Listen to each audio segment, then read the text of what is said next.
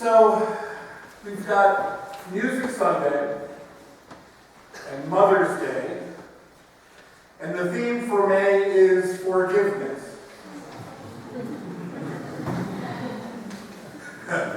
Okay.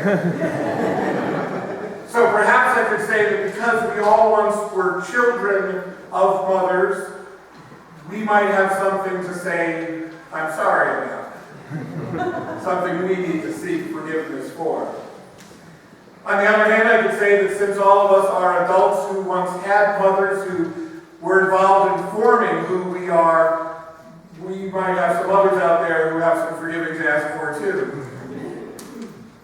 Now I gotta tell you that Mother's Day is one of the most difficult. In fact, I gotta tell you that I would rather preach the annual Canvas sermon than the annual Mother's Day sermon. Because see, nobody wants to talk about money. Whereas some people actually like their mothers. And other people had a tough time with their mothers. And some people love being mothers, and other people have a tough time not. Or a tough time being a mother. Or just find the whole thing so fraught. I find the word mother is even more loaded for use than God. Or prayer. So what's the you preacher to do on a day like this? Talk about something else. Forgiveness. Forgiveness. That's a tough thing too. Forgiveness. Every month, Leah Derwin-Jones and I co-facilitate an evening discussion about that month's theme. And so just a couple days ago, we had the conversation about forgiveness. And the heart of that evening was watching a movie called The Power of Forgiveness. And Leah put a link to it on our Facebook page. It's a really powerful film. And over the course of the movie, you see just the complexity of scope involved with forgiveness. Because it talked about little kids forgiving things that happened to them on the playground. And it showed Elie Wiesel going before the Bundestag and saying it is time for you to ask forgiveness of the Jewish people. And then the Chancellor going to Israel and asking the German people be forgiven for what they did. Quite a scope involved in forgiveness. And one of the things that struck me was that there were all these practices named in the film. All of these specific things that people were doing. For instance, there's a curricula that's being used in many places, but in the film we were seeing the usage of it in Northern Ireland, where school children, Catholic school children and Protestant school children, were learning about forgiveness, which is something that their parents don't know as much about, can't know as much about. And the thought was, if you could teach the kids, who knows what might blossom from those seeds. And so one of the exercises they had the children do was talk about someone who had hurt them, someone they were upset with. And then they gave them these kind of funky sunglasses and said, look at them again, but now through these special glasses, and tell me something good about that person. A practice building towards forgiveness. See, if you're like me, you've probably usually thought about forgiveness as something that you do, or something that you want someone else to do. You think of, you hurt me, I'll forgive you. You did this to me, I'll forgive you. I did this to you, I hope you'll forgive me.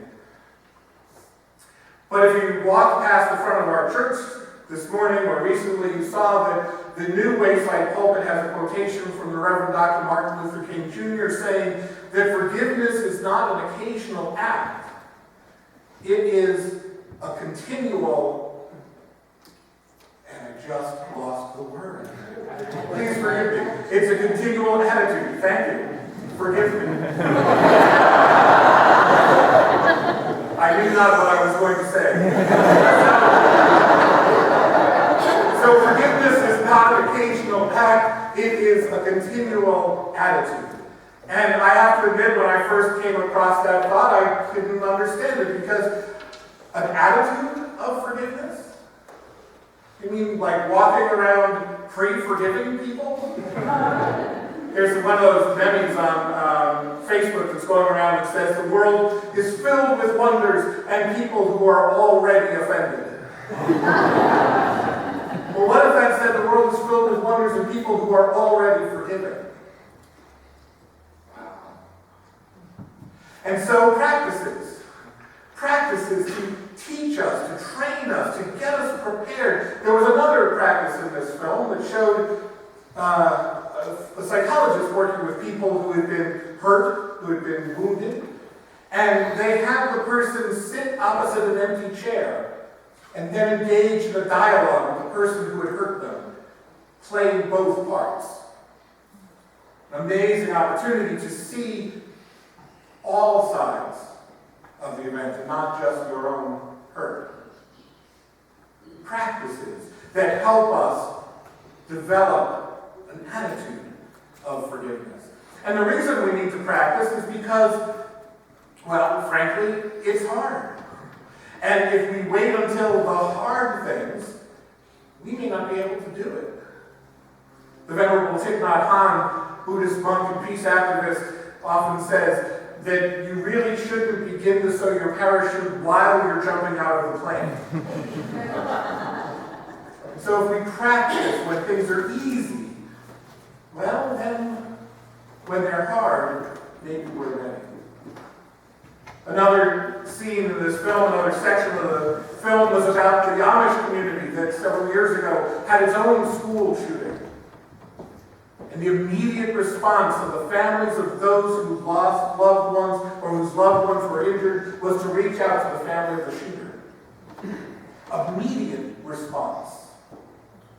No hesitation, no delay waiting for the right time. Immediate. An attitude of forgiveness. Which I think brings me back to mothers. Now, it's tough to talk about mothers in Mother's Day sermons because each of us individually have our own individual experiences of our own individual mothers, and that is tough to talk about. Yet there's an archetype mother. There's a stereotypic mother about whom generalizations can be made, because, after all, what is an archetype but a generalization? And so, mother is forgiveness personified. Now, this is important for us to think about, because if we're going to develop an attitude of forgiveness, a continual attitude towards forgiveness, we need to, first of all, see what it looks like. What could that be like? And there's the archetypal mother, who, no matter what you do, has forgiven you already. No matter what you say, no matter where you go, no matter what disappointments you create, mother loves you. Mother forgives. And so we know what it looks like. So how do we get there? Practice. We get there by practicing, by doing the little things that help us move further and further towards that attitude of forgiveness. So far we've got forgiveness, and we've got Mother's Day. Where does the music fit in? Well, I think music is a practice too.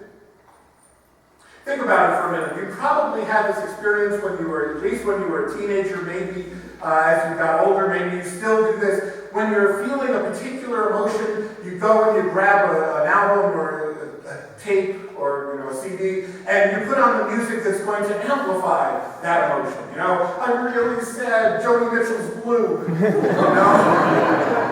And suddenly everything is much, much worse. That sadness that you're feeling is 1,000 times sadder. Or you're really mad at something and you grab an album, you put it on, and you're madder than ever because the music amplifies those feelings, right? And you know the experience of being in some emotional space and then putting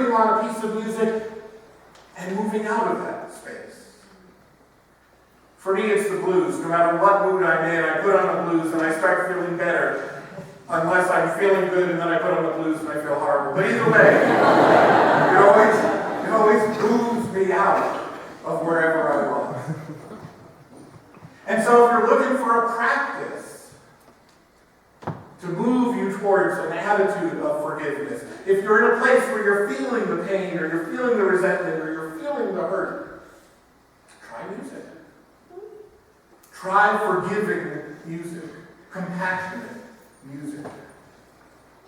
And this is true whether you are a musician and you make the music yourself, or you're just someone who listens to music. Because really, even if you're just listening to music, you're making the music. Because scientifically, the vibrations in the piano turn into sound waves that move through the air and really don't do anything until they hit the tympanic membrane, and then that vibrates, and then our brains interpret those electronic signals and we hear music. Well, we made that music. And even at a deeper level, not just at the scientific, but at a deeper level, you make music when you respond to it, when your heart responds to the music. That's when it comes alive. So music as a practice to move us from this place to that place. And why do we need to do it? Because we live in a world where forgiveness is so rare.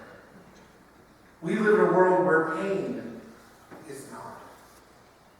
And if we want to change that balance in our own lives and in the world around us, then it's up to us. May the song of that be heard, and may the song of that be sung.